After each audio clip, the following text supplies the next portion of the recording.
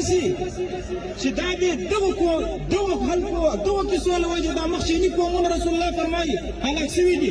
اوسه پورې مهنګایي مکوو مارچونه کېدل، لیکن کله چې نن مهنګایي لږه نه زیاته شوه تاسو دا خلک ولیدل نن یې په هغه باندې خولې چپسلې. موږ انشاءالله وتلي یو او موږ د حق ملګري یو. نن به مختلفې پروپاګانډې کې د ما محترمو دا موږ کوم ملګري دي علما دي دا حق پرست خلک دي.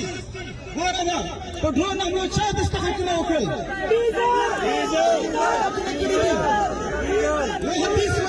یو حدیث وارو رسول الله فرمایي صلی الله علیه وسلم لهدم الکعبه اهون علی الله من قتل المسلم. ګوره د کعبې ړنګېدل دا الله فاته الګ دي لکه د مسلمان نه نن په زراعت مسلمانان دغه ډرون مو د شهیدان شول چا دسته حقونه کړي دي.